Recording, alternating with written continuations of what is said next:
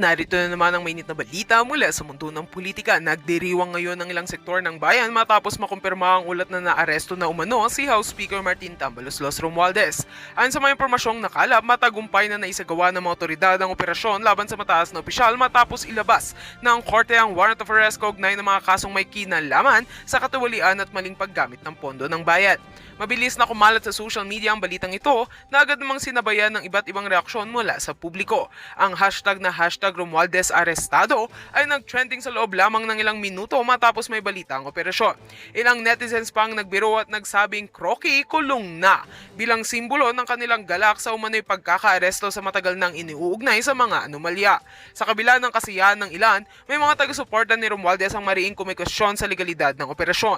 Iginiit nilang wala pang malinaw na ebidensya at posibleng may politikang nakapaloob sa naturang hakbang. Samantala, ilang grupo ng anti-corruption ang nagpahayag ng suporta at nanawagan na tuloy-tuloy ang investigasyon para makasuhan at mapanagot ang iba pang mga sangkot. Habang hinihintay pa ang opisyal na pahayag ng korte at ng kampo ni Romualdez, patuloy ang masidhing pagbabantay ng taong bayan. Ang tanong ng marami, ito na ba ang simula ng tunay na pananagutan para sa mga makapangyarihang politiko o isa lamang itong panandaliang tagumpay na mauuwi rin sa kalimot? Abangan natin ang mga susunod pang detalye hinggil sa kasong ito. At yan nga ang mga balita ang ating pagkakatutukan, at kung bago ka pa lamang sa aking channel ay huwag kakalimutang mag-like, share and subscribe para updated ka sa mga bagong balita dito sa Tatak Pinas.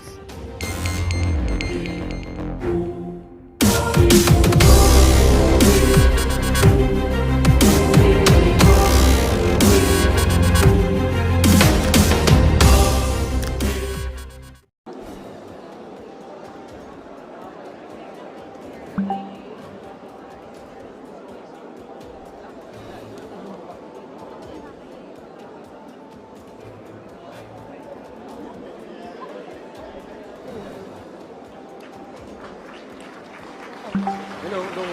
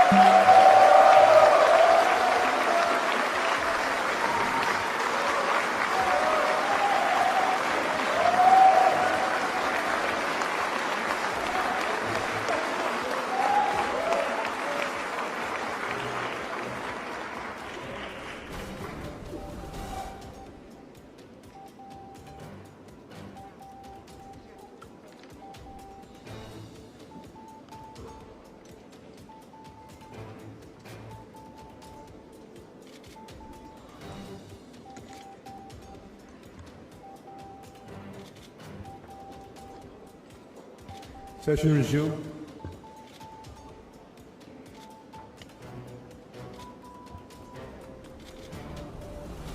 Majority Leader. Ladies and gentlemen, the Speaker of the House will address the body.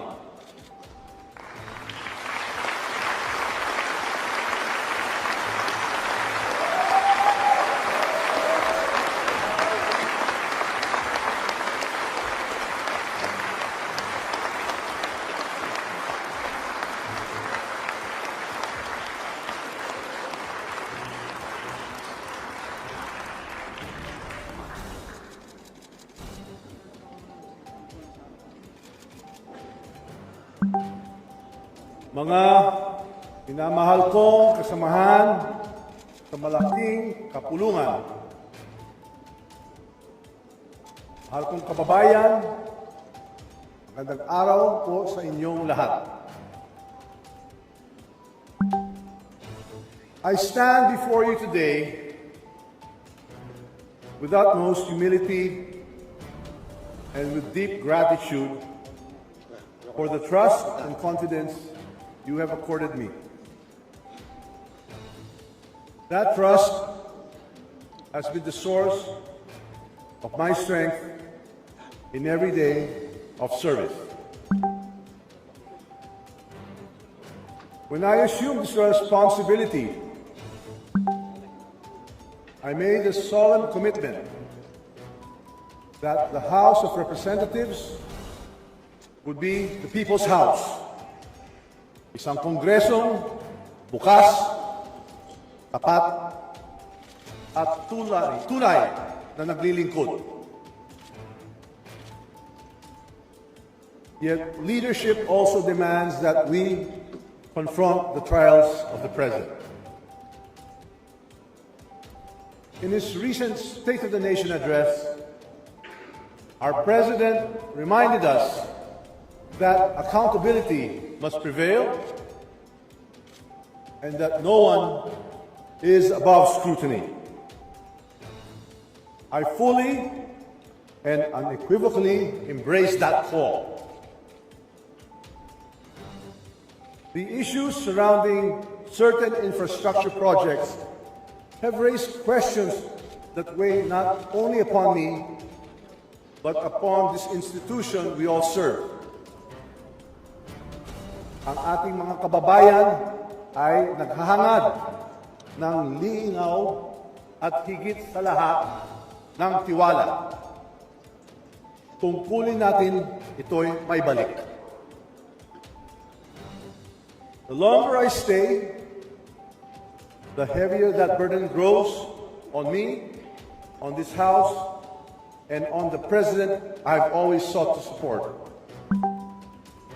And so, after deep reflection and prayer, the longer I made a decision, the heavier that burden grows on me with a full heart in this House and a clear conscience I've always sought to support. I tender my resignation after deep reflection and prayer. I have made a decision. I do this today. The independent commission, with a full heart and a clear conscience. I tender my resignation as Speaker of the House of Representatives. I do this so that the independent commission on infrastructure may pursue its mandate freely and fully, without doubt, without interference, without undue influence. Walang pipigil, walang makikialam. Let the truth emerge, and let justice be done. Democracy, my colleagues, for it remains capable carry forward of self-direction of this institution with unity and resolve. Mga minamahal kong kababayan, I leave this chamber people as I first entered it, faith in democracy. Humble servant, for it To remains massive corruption at looting of public funds. Massive corruption at looting of public funds. Ano po ang at ito po isa, ito international po ito. Para lang po makita din ninyo dahil mahalaga na yung ating pong pinag-uusapan dito ay may basihan dahil nga dito sa ating pahina sinisikap nating iangat ang antas ng pampublikong diskurso.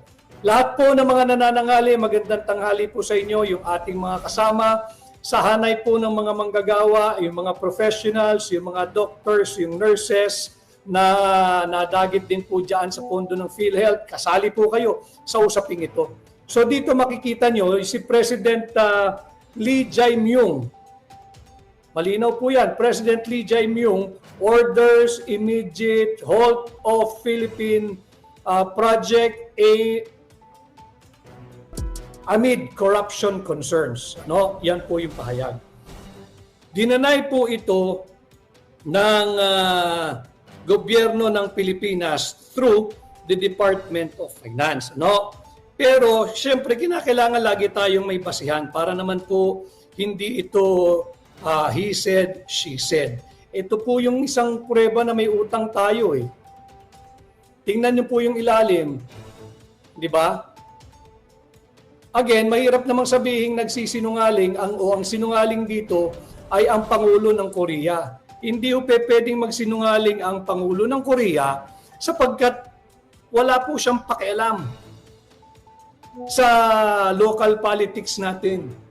And to be fair to him, hindi siya fan ni Bongbong Marcos. Hindi rin naman siya fan ni Vice President Inday Sara.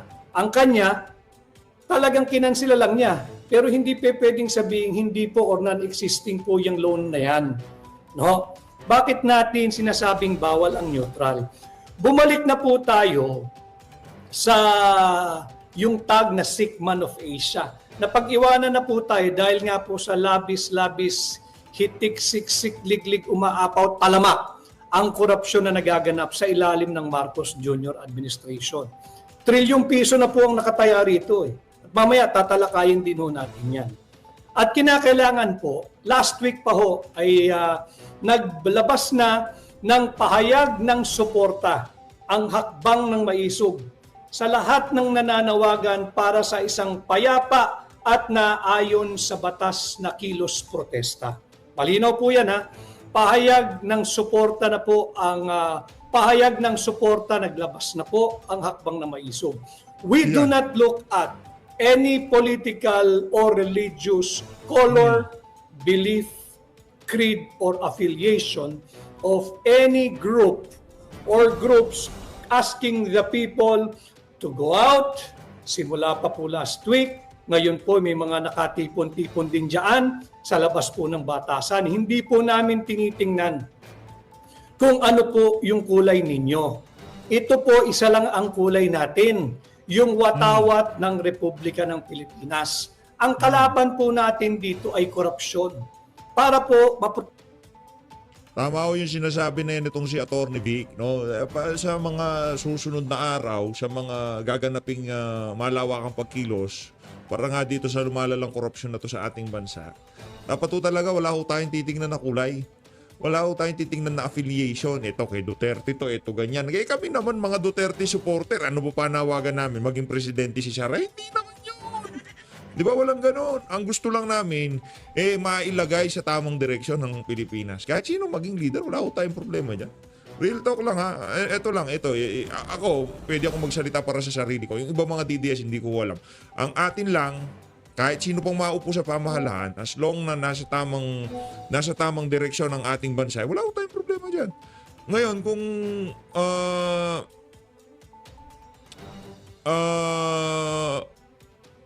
meron mang iilan dyan na nanawagan na ibagsak ang pamahalaan o kung ano pa man, meron ho tayong problema dyan. Pero tayo dito sa PH Update, at alam ko, 10 ng ating mga kasama dito, sigurado ho tayo na ang panawagan lang ho nila, mailagay sa tama ang ating pamahalaan. Yun lang naman ho talaga. proteksyonan natin ang ating mga kabataan at yung darating pang henerasyon. We want to give our youth, whether kamag-anak natin o hindi natin kakilala, yung kabataang Pilipino, ang nais po nating lahat ay mabigyan ng disenteng buhay. Disenteng buhay, hindi marangya, hindi mayaman. Yung practical na lang tayo dahil laganap po ang korupsyon. At least in their lifetime, yung ating mga kabataan, mabigyan natin ng disenteng buhay at kinabukasang punong-puno ng dignidad. Dignidad bilang Pilipino. Yan po yung ating panawagan, yan po yung ating pagpapahayag ng suporta sa mga naganap at magaganap pang payapa. Ulitin ko mapayapa at naayon sa batas at sa ating saligang batas na kilos protesta o pagkilos. After all, it is enshrined in our Bill of Rights the right of every Filipino to express their indignation, their opposition to the many wrongdoings of the government peacefully. Yung right to peaceably assemble and petition the government for redress of grievances. Nakaukit, nakasulat, may garansya, yan po ay sa ilalim ng Bill of Rights natin, Article 3 ng ating saligang batas. Public embarrassment na po yung nagaganap. Ultimo po ang isang sovereign state, ang South Korea, kinansela yung 28.7 billion pesos loan ng Pilipinas. Para po yung sa isang magandang proyekto sana. At ulitin ko, mismo po ang Pangulo ng Korea ang nagsabi due to massive corruption. Hindi po linagyan ng sinabing corruption lang. Massive corruption at looting of public funds. And having said that, I encourage lahat ng Pilipino, yung mga pabor sa kasalukuyang pagnanakaw na nagaganap sa ilalim ng administrasyon ni Bongbong Marcos, sa ilalim ng pamumuno ng House of Representatives Speaker Martin Romualdez, sa ilalim ng pamumuno ng dating chairman ng Committee on Appropriation na si Saldico, at yung mga kasalukuyang namumuno ngayon sa mababang kapulungan, total lagi po nilang binibida at ginayabang yan eh. Nasa kanila raw po yung power of the purse. Power of the purse. Ang pinag-uusapan pong purse dyan ay yung purse or pera na naming mga Pilipino. Hindi po yung power to empower your purse at the expense of the purse of the Filipino people. Yung mga sang-ayon po na magpatuloy ang talamak, lantaran, gahamang, kurakutan at korupsyon sa ilalim ng Marcos Jr. Administration, Martin Romualdez, Saldico Triumvirate. Lumabas din ho kayo at mag-rally. Bawal nga po kasi ang neutral eh. Tumungo kayo sa Malacanang, magpahayag kayo ng suporta, nakaw pamor. Dapat yan nasigaw ninyo eh. O kaya doon sa labas po ng batasan, pwede rin kayo lumabas doon, magkilos protesta kayo in support of corruption. Pero lahat po ng sukang-suka na sa nangyayari, trilyong piso na po ang nakawan. Lumabas po kayo kung nasan man po merong malapit na payapa at naayon sa batas at sa ating saligang batas na pagkilos o kilos protesta. Magpahayag po kayo ng inyong saloobin. Sumali po kayo ng rally. Maging maingat lang ha, kasi may mga nananawagang iba na sumama pero hindi ko po kilala kung sino yung grupong yan eh. Maging mapili lamang, maging maingat lamang, magmasid, piliin ho ninyo yung tamang grupong sasamahan. Speaking of, kung ang hakbang ng maisog ho ay nagpalabas na ng pahayag ng pagsuporta last week, yung ginanap na rally noong September 12, noong September 13, at kahapon ho ay may nagtipon-tipon sa labas ng batasan, and I think until now ay mayroon. Yung mga nandiyan po sa paligid ng batasan, alam mo ninyo, ituwid lang natin kasi yung iba ang impression ho nila, eh hindi naman ako apektado dyan, hindi naman ako taxpayer. No? Lalo na yung mga kapatid natin na hindi naman ho nagfa-file dahil tingin nila eh hindi naman po sila mayaman o hindi naman sila saklaw ng kung anumang buwis na dapat bayaran. Hindi po. Ganito po yan. Lahat po tayo ay taxpayer. Mayaman, mahirap, yung driver ng Grab, driver ng Joyride, driver ng Jeep, driver ng Padjak, driver ng tricycle. Huwag po ninyong tingnang maliit ang inyong sarili. Lahat po kayo ay ninanakawan ng mga tiwali sa gobyerno. Kayo po lahat ay taxpayers. Meron po kayong ambag o contribution sa ating lipunan. Sa paanong pamamaraan, baka nagugulat kayo. Yung mga kasama natin na nagtitinda lamang po ng sigarilyo, wala pong nakakahiya doon. Yung nasa EDSA po, pagka-traffic at araw-araw naman ay traffic, na nagtitinda ng turon, ng maruya, ng tubig, ng mani, ng balot, kahit sa C5 o kung saan man pag may traffic. Huwag po ninyong tingnan na hindi po kayo ninanakawan ng Marcos Jr. Administration. Bakit kanyo? Every time you buy something, tuwing bibili po kayo sa palengke, sa sari-sari store, sa convenience store, may kaakibat po iyan na buwis, yung VAT. Whether e-VAT or VAT. Yung value added, may buwis po yan. Kahit anong bilhin ninyo, meron po yan. Pag bumili kayo, inputted na po yan sa grocery, sa convenience Automatic store. na. So yun po yung contribution ninyo. Hagip po kayo ng buwis. Lahat po tayo ay nagbabayad ng buwis. Lalo na yung ating mga kababayang overseas Filipino workers and Filipino migrants. Yung mga nagpapadala ng tulong at ayuda sa kanilang mga pamilya dito sa Pilipinas. I urge all of you to encourage your family members, lahat ng hindi pabor sa nangyayari, lumabas po kayo. Ulitin ko bawal ang neutral, yun po ang ating titulo. Yun po yung ating pamagat ngayong hapon. Kinakailangan po tayo magtulong-tulong. Ito po ay problemang napakalaki, hindi po kayang tugunan ito ng isang grupo na mananawagan o dalawang grupo na mananawagan. Ang dapat nga pong nangunguna at manguna sa mga payapa at naayon sa batas sa pagkilos na ito ay ang Ayan na, mapayapa at naaayon sa batas. Okay, malinaw ho yun mga kababayan. Yung mga ibang rally sa iba't ibang bahagi ng mundo, dyan din ho sila nag-umpisa. Wala tayong ano dito. Gusto natin mapayapa. Peace-loving citizen ho tayo dito ng Pilipinas. Ayaw ho natin ng kaguluhan, ika nga. Gusto ho natin mairaos lahat ng ano na yan. Pero kaisa ho tayo ng mga yan. Kaya yung mga dilawan. Wala ho tayo naman ho kasi, ika nga, malawak ho pangunawa ng mga taga-suporta ni Tatay Digong. Hindi naman ho tayo utak talyanista, utak dilawan, pinklawan dyan. Pagka kontra, pagka kalaban, kahit na anong gawin mo, walang matinong ginagawa sa kanila yung mga kalaban. Tayo, kahit dilawan yan, nagrarally na yan, as long na ang pinananawagan, transparency, accountability, anti-corruption, di ba? Yung magkaroon na tayo ng totoong pag-audit sa kaban ng sambayan ng Pilipino, kahit anong kulay pa yan, kahit anong ano pa yan, saang sektor man galing yan, wag lang sa mga makakaliwa, ibang usapan yon.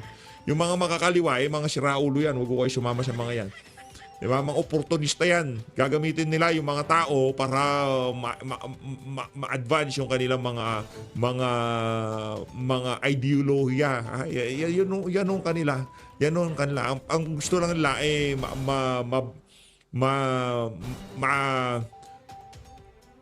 ika nga masira ang pamahalaan at sila ang umupo. Yan mga yan, nasa ano nila yan, nasa charter ng mga makakaliwa yan di ba? Nung hindi na nila alam nila hindi nila kayang talunin ng pamahalaan, sumali sila sa pamahalaan. Nandyan yung mga bayan, kabataan, nandyan ho sila. Kumbaga, if we can't beat them, join them. Tapos from the inside, wawasakin natin pamahalaan. Tingnan nyo. Di ba, nung panahon ni Tatay Digong, kahit anong progresyo pa, wala naman silang pakialam. Pero ngayon, pera-pera din naman kasi yung mga yan. Wala naman mga prinsipyo at paninindigan yung mga yan. Kaya tayo dito, kung kahit anong kulay pa yan, mapapinglawan, dilawan, mga loyalista, as long na kayo ay nananawagan para sa kabutihan ng sambayanan, yung mawala ang korupsyon, di ba? Mawala ang katiwalian, pagnanakaw sa pamahalaan, kaisa nyo ho dyan ang ating mga kababayan. Kaisa nyo ho mga OFW, kaisa nyo ho yung mga vlogger. Sigurado magkakaisa ho tayo dito. Kahit, kung for example, sa rally, napasama tayo dyan. Kahit katabi ko pa pinglawan, wala akong problema dyan. Kahit katabi ko pa dilawan, wala akong problema dyan. As long na iisa lang ang panawagan natin, magkaroon ng accountability. Managot yung mga magnanakaw sa pamahalaan. Yun lang ho ang atin dito. Ngayon, pagdating sa in confidential front ni VP Sara, kasi yun na susunod na argumento doon. Paano yung kay VP Sara? Walang problema doon. Kaya nga meron ng kaso sa ombudsman, di ba? Meron ng pananagutan at sinasagot yon nitong si VP Sara. Sinasagot niya kung sakaling matuloy ang impeachment sa 2026, sasagutin niya yan. Ang tanong, itong kay Zaldico, kay Martin Romualdez, yung mga nabanggit na congressman, sinasagot ba nila? Meron ba silang asuntong kinaharap sa ombudsman, sa Korte Suprema o kung saan pa man? Wala ho mga kababayan. Kaya tayo dito, panawagan natin accountability. Yung kay VP Sara, huwag yun nang isali yan kasi may kaso na yun. Dire-diretso na mamayang Pilipino. Walang bandera ng mga political parties, bawal ang EPAL. Yung mga cause-oriented, bawal ang EPAL. Ang dalin po ninyo, ako po'y nananawagan, lahat po nang lalabas sa September 21. Ang dalin po ninyong watawat ay watawat ng Republika. Yan po ang dalin ninyo. Yan po ang iwagayway ninyo. Ang watawat ng Republika ng Pilipinas. Ipakita natin na hindi pa po huli at meron pang pag-asa dito sa ating bansa na hindi natin pahihintulutan ang mga napakatalamak na korupsyong ito na magpatuloy. Kinakailangan po tayong lahat ay lumabas.